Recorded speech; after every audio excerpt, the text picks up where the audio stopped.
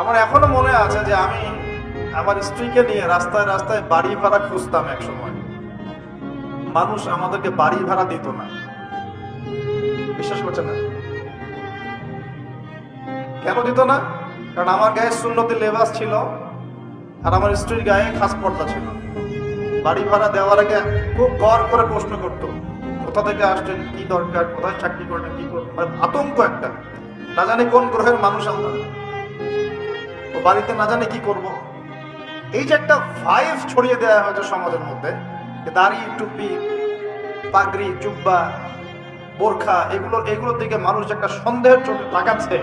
এই যে একটা ফ্লো, একটা ভাইব সৃষ্টি করা হয়েছে, আপনাদের কি মনে হয় না এটা ইসলামের বিরুদ্ধে চক্রান্ত হচ্ছে? দাড়ি, টুপি, পাগড়ি, জুব্বা, বোরখাওয়ালা মানুষরাই সারা দুনিয়ার সব অপকর্ম করে বেড়ায়। এই সারা দুনিয়াতে যে সমকামিতা চলছে এখন, সমকামিতা বোঝেন কিনা? ছেলে ছেলের সাথে জেনা করতেছে, নাউজুবিল্লাহ, আর মেয়ে মেয়ের সাথে জেনা করতেছে এই যুগে। খবর কতটুকু রাখেন জানি না। এগুলো কি মুসলিমরা ছড়াই দিছে? সারা পৃথিবীতে যে মানুষ এখন সুদ খায়, মোটামুটি সবাই সুদ খায়, কম বেশি আর কি। কেউ বেঁচে থাকার চেষ্টা করে, কেউ করে না। কোনো কোনো সময় দেখা যায় বেঁচে থাকার চেষ্টা করার পরেও সে বাধ্য হয়ে সেখানে সুদ খেতে হচ্ছে। এমন হচ্ছে কি না? এই সুদ ভিত্তিক অর্থনৈতিক সিস্টেম কি মুসলমানরা চালু করে দিছে? সারা বিশ্বের মানুষকে হারাম কি মুসলমানরা খাওয়াচ্ছে? সবার ফোনে ফোনে ইন্টারনেট সেকশনে ঢুকলেই দেখবেন পর্নোগ্রাফি, নগ্নতা, দেখেন না? এমন কারো চোখ নাই যেটা এটা দেখে নাই, কারণ এটা সম্ভব না এখন এই যুগে। ইন্টারনেটের কাজ যারা করে, ইন্টারনেটে যারা ঢোকে, চোখের সামনে এগুলো পড়বেই পড়বে। 100% আলেম হোক আর জালেম হোক, পড়বেই পড়বে না? এই সারা দুনিয়াতে ইন্টারনেট সেকশনে যেগুলো ছড়িয়ে দেয় না, মুসলমানরা ছড়াই দিছে।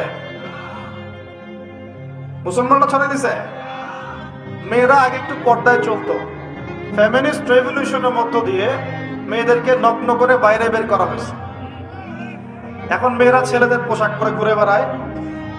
হ্যাঁ, সমাজের মধ্যে এই সমস্যার কারণে জেনা বাড়ছে, পরকীয়া বাড়ছে, ব্যভিচার বাড়ছে, ধর্ষণ বাড়ছে। এই সমস্যাগুলো মুসলমানরা তৈরি করে দিছে। আমরা আগে শিখতাম কোরআন এবং সুন্নাহ কেন্দ্রিক শিক্ষা, এখন শিখতেছি পশ্চিমা ধাঁচের শিক্ষা। এই শিক্ষা কি মুসলমানরা চালু করে দিল? আগে আমরা আল্লাহ পাকের জমিনে আল্লাহর খলিফা ছিলাম। আল্লাহ পাক দুনিয়াতে আমাদের খলিফা করে পাঠান নাই? সূরা বাকারার প্রথম দিকে আছে না, আদম আলাইহিস সালামকে আমি সৃষ্টি করেছি কি জন্য? আমার খলিফা হিসেবে। ওয়াইজ ক্বালা রাব্বুকা লিল মালায়েকা ইন্নী জাঈলুন ফিল আরদি, খলিফা শব্দ কোরআনে নাই। তাহলে আদম আলাইহিস সালাম এই দুনিয়াতে কার খলিফা? যে আল্লাহর খলিফা,